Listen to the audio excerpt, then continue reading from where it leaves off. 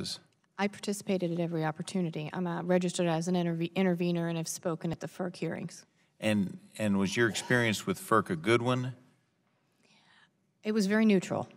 There was no dialogue. There was no back and forth. There was a panel of people sitting on a stage who just sat. It wasn't dialogue. It was testimony. And I have a pipeline coming through my district, which is why I'm asking these questions. And do you feel that that FERC should be able to look at, as opposed to one individual pipeline, perhaps multiple pipelines going through a region, so that they might consider whether or not all the pipelines are needed? Absolutely. Pennsylvania is slated for up to 300,000 miles of pipelines in the next several years. And they're both collection lines and interstate distribution lines.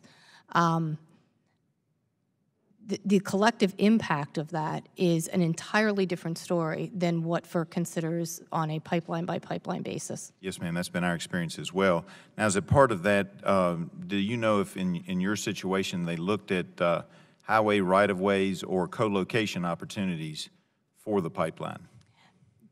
There was a great deal of dialogue in my community. The initial proposal from Williams for this pipeline route rather extensively used some existing public land and existing right-of-ways in our township.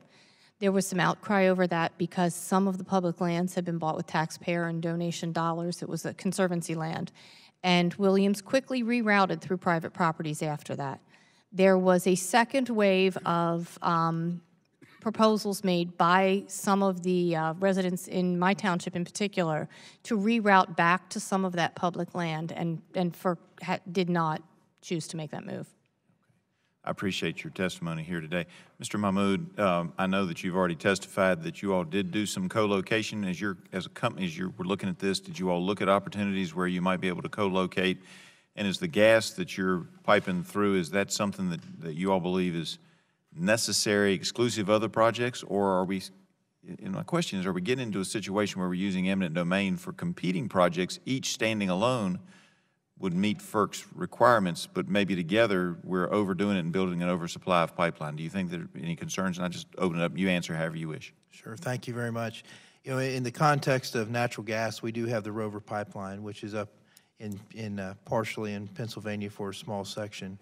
It's a 713-mile pipeline that gathers natural gas from the producing region of the Utica and Marcellus and takes it to market.